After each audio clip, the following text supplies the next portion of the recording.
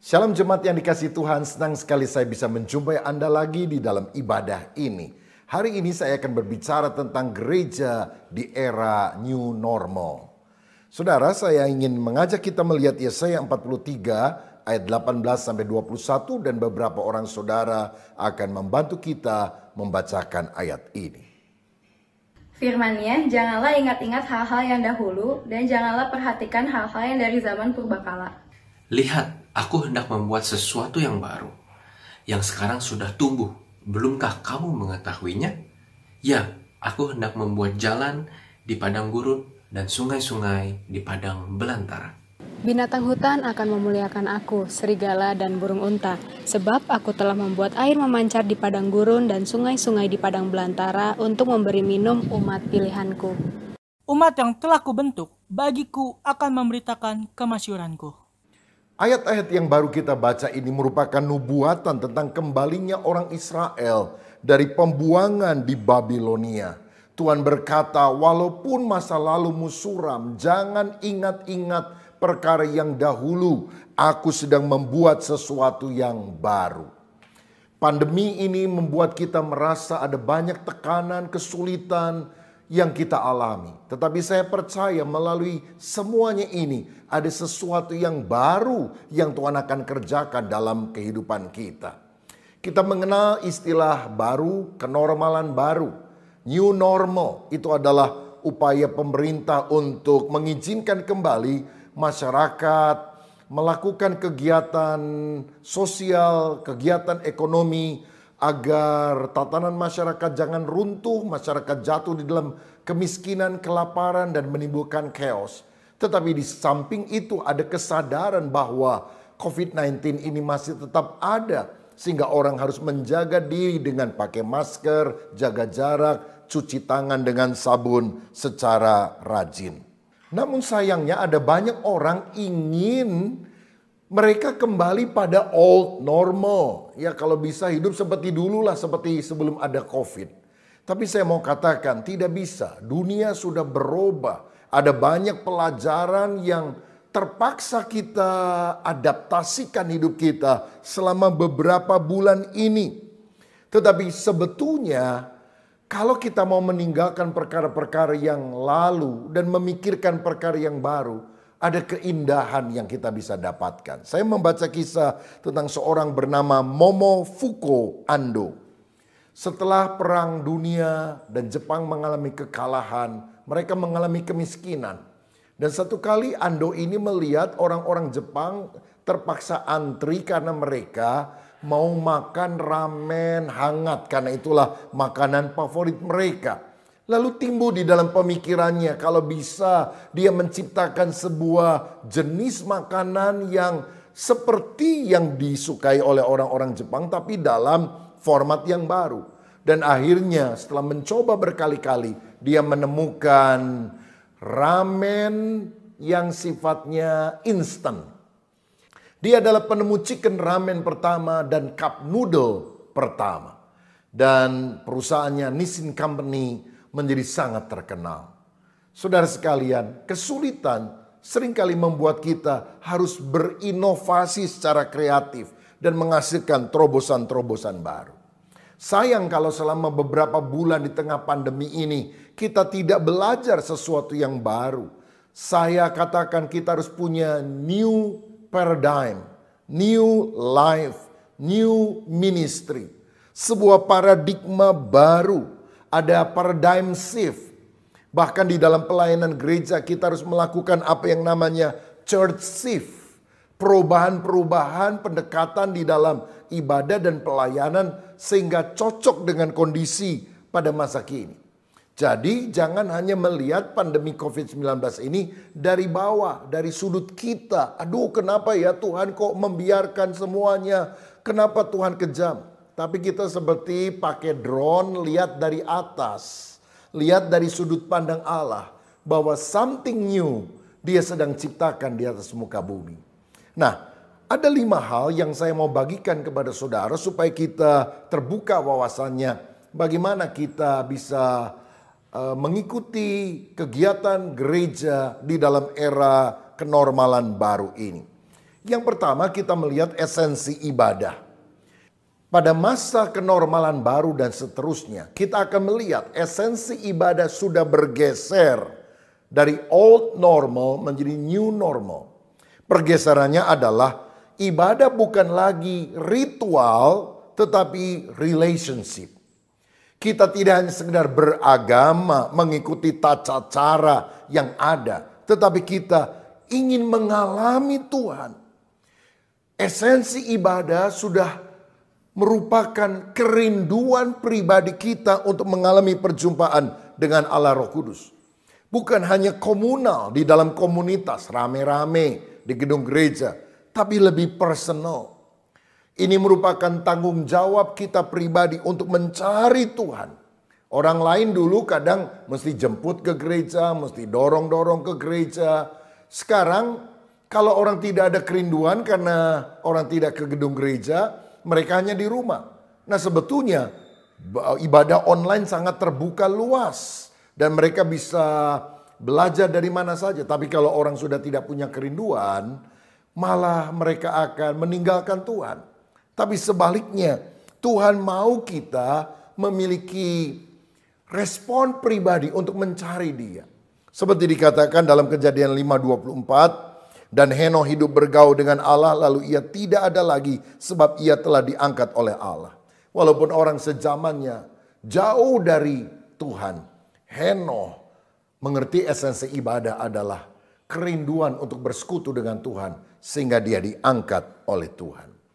Nah Tuhan menjanjikan di dalam Yehezkiel pasal 36 ayat 26 sampai 27. Kamu akan kuberikan hati yang baru, new heart. Dan roh yang baru di dalam batinmu dan aku akan menjauhkan dari tubuhmu hati yang keras. Dan akan kuberikan kepadamu hati yang taat. Rohku akan kuberikan diam di dalam batinmu. Dan aku akan membuat kamu hidup menurut segala ketetapanku dan tetap berpegang pada peraturan-peraturanku dan melakukannya. Ini janji Tuhan kepada orang Israel yang dinubuatkan akan kembali dari pembuangan di Babel menuju Yerusalem. Bukan hanya ada pemulihan secara fisik, tetapi yang terutama adalah pemulihan rohani. Mereka ngalami Tuhan. Hati yang keras dirubah menjadi hati yang baru. Saya anak pendeta, dari sejak kecil saya sudah ke gereja. Harus baca Alkitab setiap hari. Tapi terus terang waktu itu saya belum mengalami kelahiran baru. Membaca Alkitab membosankan. Saya pikir Alkitab adalah buku yang mati. Tetapi satu kali saya dijamah oleh Tuhan dalam sebuah retreat. Sejak itu saya berkobar-kobar untuk mencintai dan melayani Tuhan. Saya membeli Alkitab baru, saya baca setiap hari. Bolak-balik Kejadian sampai Wahyu, Kejadian sampai Wahyu. Dan saya ingin taat melakukan kebenaran firman. Dan saya mulai melayani Tuhan sampai hari ini.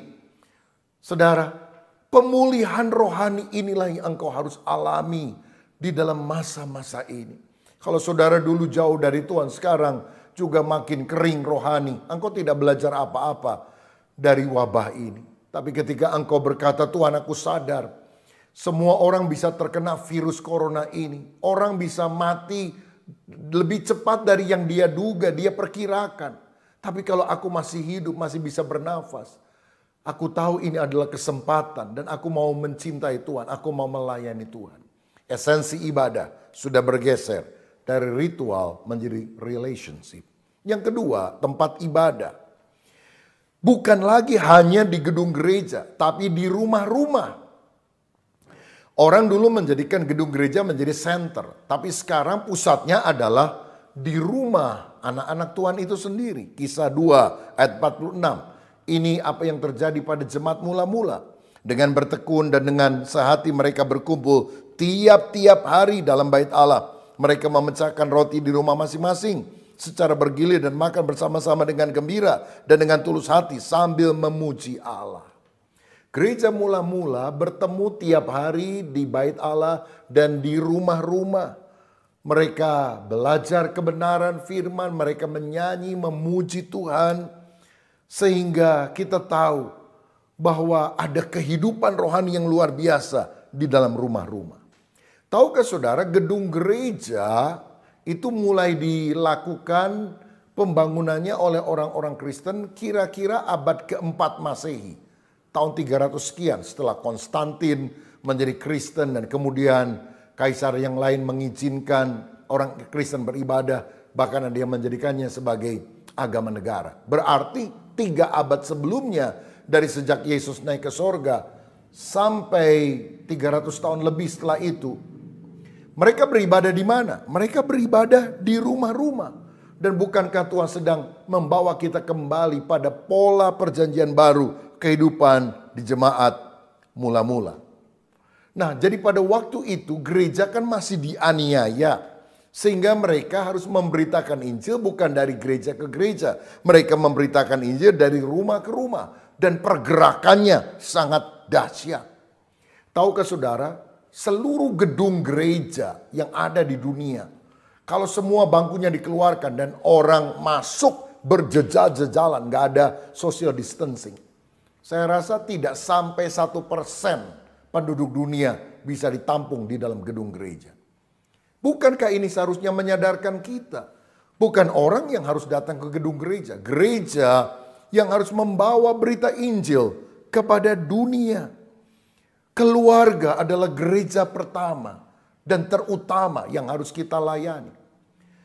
Saya membaca dalam 1 Timotius fase yang ketiga ayat 4 dan 5 ketika Paulus memberikan persyaratan untuk penilik jemaat, penatua atau seorang hamba Tuhan. Dikatakan seorang penilik jemaat itu haruslah seorang kepala keluarga yang baik, disegani dan dihormati oleh anak-anaknya. Jikalau seorang tidak tahu mengepalai keluarganya sendiri, bagaimana ia dapat mengurus jemaat Allah? Ayat 12. Diaken haruslah suami dari satu istri dan mengurus anak-anaknya dan keluarganya dengan baik. Berarti pelayan Tuhan itu harus menjadikan keluarga sebagai pelayanannya yang paling utama. Sekarang ini ada banyak orang secara ritual melakukan pelayanan di gereja. Aktif sekali di gereja. Tetapi tidak menunjukkan kesalehan di dalam keluarga. Di keluarga malah ribut, berantem. Lalu pelayanan di gereja itu cuma pelarian. Ini sesuatu yang tidak baik. Karena sebetulnya kasih, kebajikan itu pertama-tama harus dipraktekkan dalam keluarga. Sehingga suami, istri, orang tua dan anak bisa merasakan kesalehan, kebaikan itu di dalam keluarga. Dan saya percaya kalau orang tua menjadi teladan di dalam keluarga dengan kasih yang sungguh-sungguh. Bahkan anak yang terhilang, yang kacau pergaulan di luarnya, pasti bisa bertobat, diselamatkan. Karena di dalam keluarga dia ditangkap oleh kasih Tuhan. Mari kita lihat video klip berikut ini.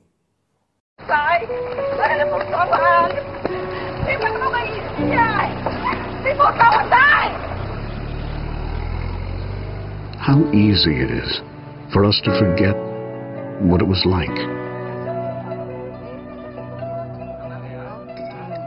when we were once family.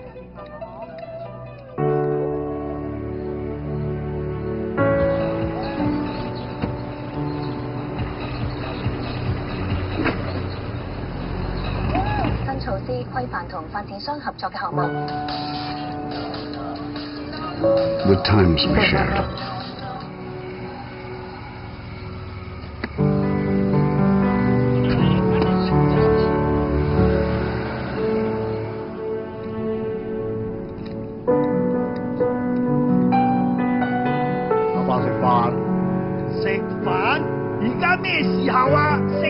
How easy it is for us to forget how to love.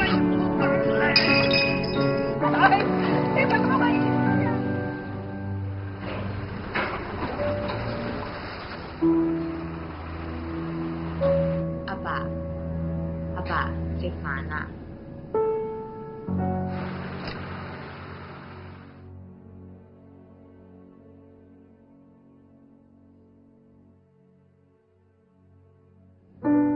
嚟食飯。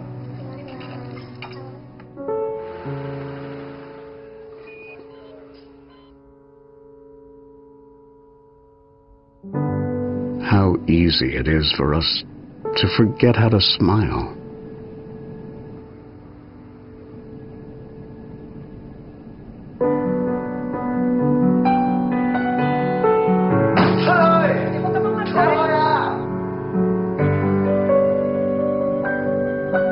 It's easy to forget.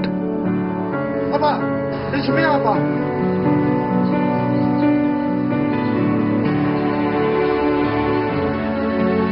Saya, dia boleh lihat dari kakek.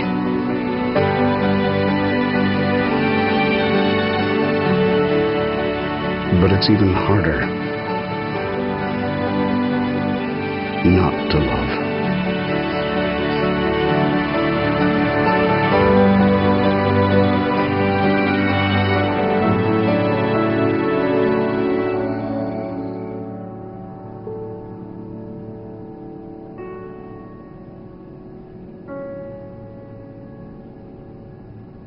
Pak, Ma.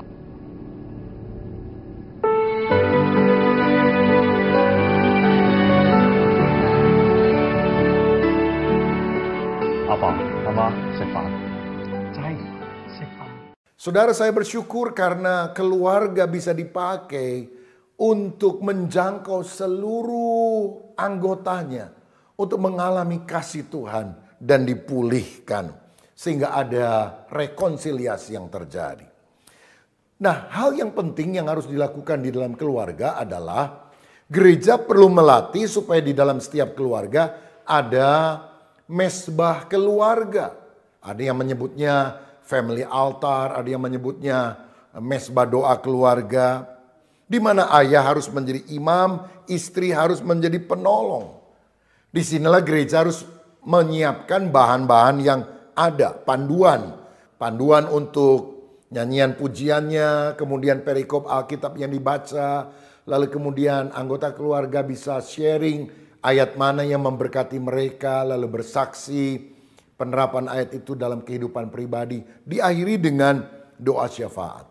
Kalau semua keluarga memiliki mesbah doa, maka ibadah minggu di gedung gereja itu hanyalah celebration, perayaan daripada keluarga-keluarga Kristen yang sudah mengadakan ibadah keluarga di rumahnya masing-masing bersama-sama bersorak-sorai untuk kemuliaan nama Tuhan. Dan di gereja pendeta memberikan perlengkapan, menjadi seorang equiper yang memperlengkapi orang-orang bagaimana mereka bisa efektif melayani keluarganya masing-masing. Saudara, inilah yang kita harus pahami sekarang tentang pergeseran tempat ibadah, bukan hanya di gedung gereja tapi juga di rumah. Yang ketiga, ada sesuatu yang baru yang kita harus tekankan dalam relasi ibadah. Penting sekali membangun relasi, hubungan di dalam ibadah. Dengan siapa relasi harus dibangun? Dengan Tuhan dan juga dengan sesama.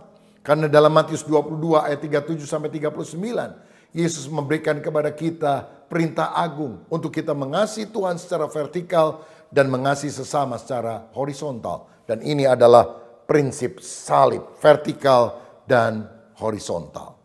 Nah, selama ini kita tahu ibadah minggu itu biasanya berlangsung searah. Pendeta khotbah di mimbar dan jemaat tidak boleh bertanya, mengajukan pendapat, hanya paling-paling mengaminkan atau bertepuk tangan. Jadi ibadah minggu pada umumnya tidak interaktif. Orang hanya mendengar atau kalau di rumah hanya nonton ibadah online. Padahal relasi pribadi sangat penting juga di dalam ibadah. Lihat Yesus ketika bersama dengan murid-muridnya. Ketika dia mengajar, dia sering mengajukan pertanyaan-pertanyaan. Dia menantikan jawaban dari murid-muridnya. Murid-muridnya juga sering bertanya kepada dia. Atau mereka saling berdiskusi satu dengan yang lain. Sehingga itu bukan hanya menjadi pengetahuan di akal, tapi bisa mereka implementasikan di dalam kehidupan pribadi. Nah, saudara sekalian, di mana relasi ibadah dengan sesama ini bisa dilakukan? Terutama di dalam kelompok sel dan kelompok pemuridan. Di mana kita pada masa pandemi ini bisa juga melakukannya secara video call atau Zoom meeting, bahkan melalui telepon, bisa secara online. Kalau kondisi sudah lebih memungkinkan, kita juga bisa melakukannya secara offline, ketemu langsung. Seperti gereja mula-mula. Mereka ketemu, makan bersama dengan bergiliran dan membahas firman Tuhan, bersaksi, berdoa bersama. Nah, jadi tidak harus ada mimbarnya yang mimpin pujian, doa berkat. Karena di meja makan mereka bisa ngobrol sambil ketawa, sharing. Tapi yang dibahas adalah tentang Kristus, firman-Nya, dan penerapan kehidupan Kristen dalam hidup setiap hari. Dan saya percaya kalau saudara tergabung di dalam kelompok sel, engkau akan punya komunitas saudara seiman yang saling menguatkan. Ketika engkau sedang punya masalah, lagi sakit, lagi ada pergumulan, teman-temanmu akan sangat mendorong, menguatkan saudara. Dan saya percaya di dalam doa sepakat ada mujizat yang Tuhan akan lakukan. Karena doa orang yang benar bila dengan yakin didoakan sangat besar kuasanya. Kita akan mendengarkan sebuah kesaksian tentang seorang anak Tuhan yang selama ini tidak pernah kelompok sel. Tapi ketika dia mengalami pergumulan, dia mulai ikut kelompok sel dan dia dikuatkan, kerohaniannya bertumbuh. Dan mujizat pun terjadi. Mari kita saksikan bersama. Kami sudah menikah selama kurang lebih 2 tahun. Sejak awal pernikahan kami tidak pernah untuk membatasi memiliki seorang anak. Hingga salah satu dokter sempat memvonis kami untuk kami tidak bisa punya anak kecuali melalui bayi tabung. Hal itu membuat kami sangat drop dan down banget. Kami nggak tahu harus ngapain lagi. Yang kami lakukan waktu itu cuma berdoa. Nah, pada saat yang bersamaan itu nggak berapa lama kami diundang untuk komsel. Kita datang ke KLAF dan ternyata di KLAF kami merasakan nyaman. Kami menemukan keluarga baru dan kami bisa cerita di sana. Kami menceritakan beban kami berdua di sana. Ternyata anggota komsel lain mendukung kami karena saat itu dokter sempat menawarkan untuk melakukan sebuah program kehamilan. Jadi kami mengikuti, tapi program kehamilan ini memiliki kesempatan yang sangat kecil dan kami nggak yakin bakal berhasil. Begitu masuk ruangan dokter, terus dokternya berdiri dan dokter bilang, "Selamat Pak, Bu, istri Anda sudah hamil sekarang." Dan di situ saya benar-benar nggak percaya. Iman itu dapat mengubahkan sesuatu hal yang mustahil menjadi pasti, bahkan menjadi berhasil. Hari ini saya pun berubah dari yang malas komsel, malas ke gereja menjadi semakin yakin kalau Tuhan itu ada dan Tuhan itu bekerja di kehidupan kami. Dan kami percaya rancangan Tuhan itu pasti indah untuk kami. Puji Tuhan. Yang keempat sekarang adalah sarana ibadah. Di era new normal ini, sarana ibadah yang paling diutamakan tentu bukan gedung dan fasilitasnya yang tidak bisa kita kunjungi karena ada virus corona. Tetapi sarana ibadah yang paling utama pada masa kini adalah pelayanan online, pelayanan sosial media. Jadi kalau boleh dibilang dulu ada gereja yang punya gedung dan punya pelayanan online. Tapi ke depan ini orang-orang percaya akan punya pelayanan online yang berdampak dan akhirnya akan punya gedung gereja untuk mereka bisa bersekutu satu dengan yang lain. Sayangnya ada banyak gereja yang tidak siap di dalam pelayanan online ini. Banyak pendeta gagap teknologi. Tapi saya mau katakan, Tuhan tidak gagap teknologi. Dan kalau kita ingin menjadi lebih serupa seperti Tuhan, kita harus menguasai teknologi. Kita harus belajar. Karena Tuhan sekali lagi tidak gagap teknologi. Nah, jadi pelayanan online harus dilakukan bahkan setelah pandemi ini berakhir. Tentu tidak hanya menyiarkan ibadah pada hari Minggu yang persis sama seperti yang ada di gedung gereja. Sebab jika demikian akan terjadi dalam tanda kutip kanibalisme. Orang jadi malas pergi ke gereja gedung karena apa? Mereka pikir semuanya ada di online kok, semuanya ada di internet, saya bisa lihat. Berarti harus secara kreatif kita merubah bahwa pelayanan online ini terutama untuk orang-orang yang belum ke gereja. Untuk menjangkau mereka yang belum sungguh-sungguh tertanam di dalam ibadah secara offline. Ini menjadi alat pekabaran Injil. Untuk mereka yang belum ke gereja bisa mencicipi lagu-lagu rohani. Bisa merasakan hadirat Tuhan. Bisa mendengarkan kesaksian-kesaksian yang menguatkan. Dan juga menerima firman Tuhan yang relevan dalam hidup sehari-hari. Tentu tidak bisa dengan terlalu pakai bahasa teknis agamawi. Karena tujuannya adalah untuk to reach out, menjangkau orang lain. Nah, dan juga dalam pelayanan online ke depan ini tidak bisa cuma nonton searah, harus lebih interaktif. Sehingga dibutuhkan ada pelayan online yang bisa dihubungi via chat misalnya, atau bahkan melalui call untuk memberikan penjelasan, konseling, bisa diminta untuk berdoa. Bahkan pembinaan yang lain juga bisa dilakukan secara online. Pembinaan, bimbingan baptisan, bimbingan pernikahan, konseling bisa dilakukan secara online. Bahkan ke depan bisa dilakukan apa yang namanya membership online, yaitu orang-orang yang ibadahnya secara online. Jadi perlu ada pelayan online dan pendeta online yang sungguh-sungguh memang fokusnya melayani jemaat online ini. Dan akan ada masa di mana orang yang tidak ke gedung gereja tidak dianggap tidak ibadah. Jadi walaupun mereka tidak ke gedung, mereka tetap merupakan jemaat yang ibadahnya itu secara online. Walaupun saya sampai hari ini berpendapat tetap ketemu itu penting. Karena ada unsur koinonia, persekutuan yang lebih erat yang kita bisa nikmati ketika kita ketemu bersama-sama. Nah, tetapi inilah tren yang akan kita alami. Ada pergeseran di dalam sarana ibadah. Karenanya kita juga harus meningkatkan pelayanan-pelayanan dan usaha pekabaran Injil lewat sosial media seperti lewat Instagram, lewat Facebook, lewat Twitter, lewat YouTube, dan sebagainya. Saya membaca sebuah data. Di Indonesia pada Januari 2020 jumlah penduduknya lebih dari 270 juta orang. Pengguna handphone itu 338 juta, 124% lebih daripada populasinya. Luar biasa bukan? Kemudian pengguna internet 175 juta orang, artinya 64% dari populasi. Dan yang aktif di sosial media 160 juta orang, 59% dari populasi. Jadi bayangkan kalau kita bisa menggunakan ini sebagai platform, sebagai mimbar untuk menyampaikan firman Tuhan.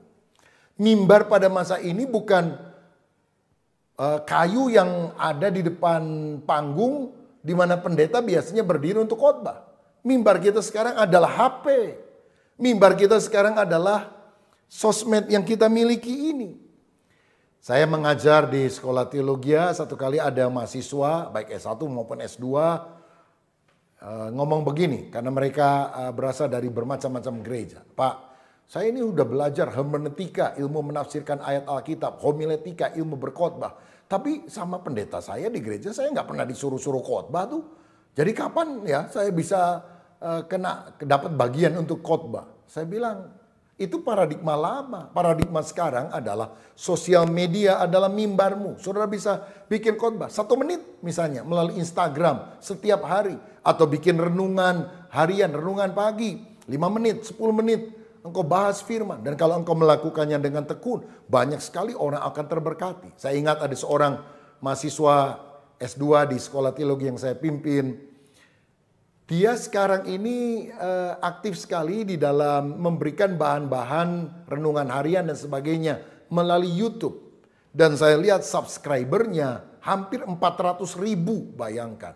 Dan renungan yang dia tayangkan setiap hari, dia tidak munculkan wajahnya, hanya gambar dan sebagainya. Itu bisa didengar oleh 20.000 orang.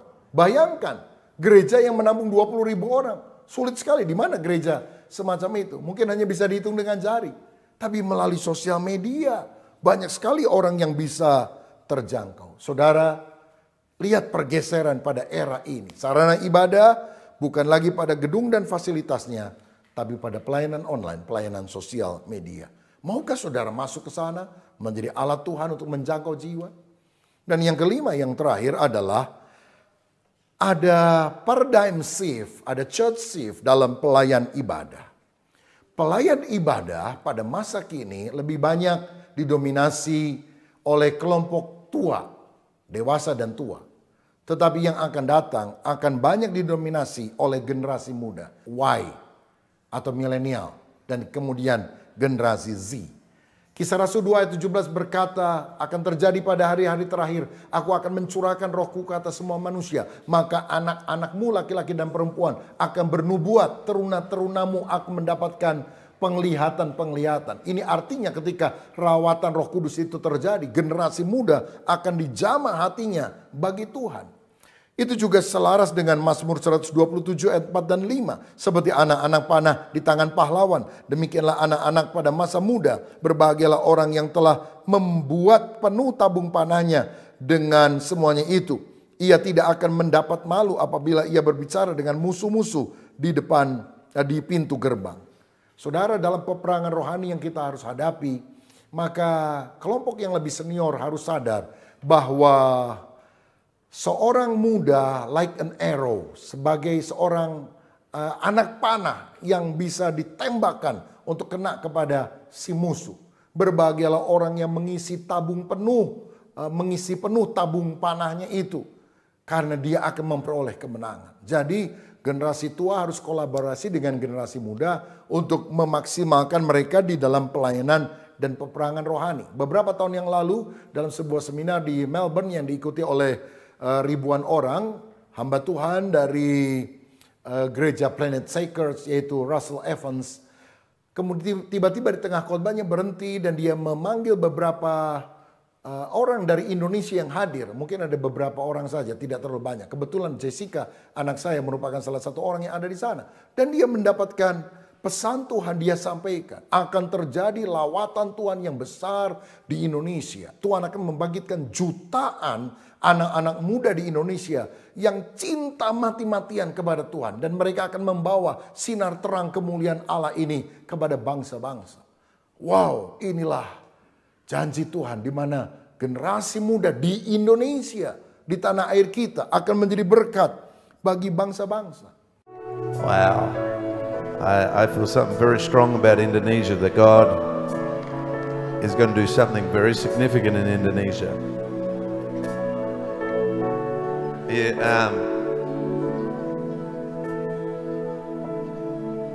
It's something that God's going to release in that nation. And He's going to release light. And I'm raising up a church that's glorious, that's strong, that's powerful. We place our hands toward these awesome leaders. For I'm raising up the house of Judah, the house of praise. I'm raising the house of breakthrough. I'm raising up the house that will bring down the walls that the enemy's trying to set up. I'll release a sound in that nation that will shift things, that will move things, that will open the heavens, and there will be a release. Wow. This is what I see.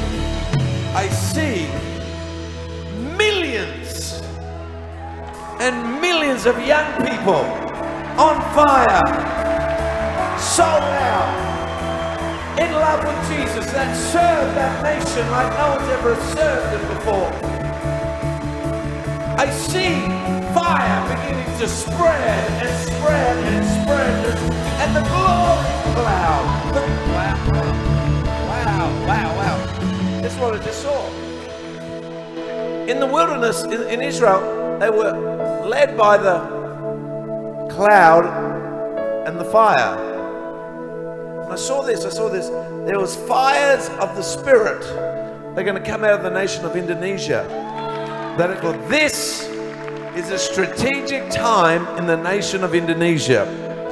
This is a time where the wind catches the fire, and the fire begins to burn and burn and burn and burn. Everybody put your hands toward them and say, fire of God, cloud of God, fire of God. We release it by faith. We release it by faith. We thank you, Lord. We thank you, Lord. We thank you, Lord. We thank you, Lord.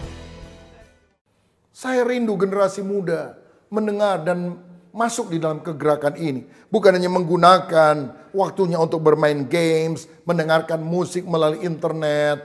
Tetapi sekarang kita bisa menggunakan sarana ini untuk mendengarkan firman, mendengarkan pelajaran Alkitab, untuk bersaksi, untuk memberitakan Injil, untuk memenangkan jiwa. Dan saya percaya generasi muda lebih gampang terlibat dalam pelayanan online untuk menjangkau generasinya. Secara offline juga generasi muda akan terlibat di dalam pelayanan. Tentu pelayanannya tidak seformal generasi pada masa kini. Mereka tidak menjadikan gereja dan mimbar sebagai senternya. Tapi mereka akan meluas ke komunitas.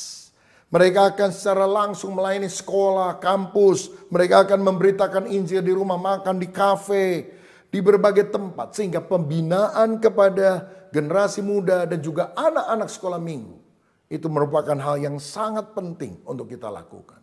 Saya percaya kalau 5 hal ini kita bisa tangkap, maka kita akan mengalami ledakan kebangunan rohani setelah semua pandemi ini berlalu. Kita membutuhkan urapan Roh Kudus sehingga hal itu menjadi kenyataan.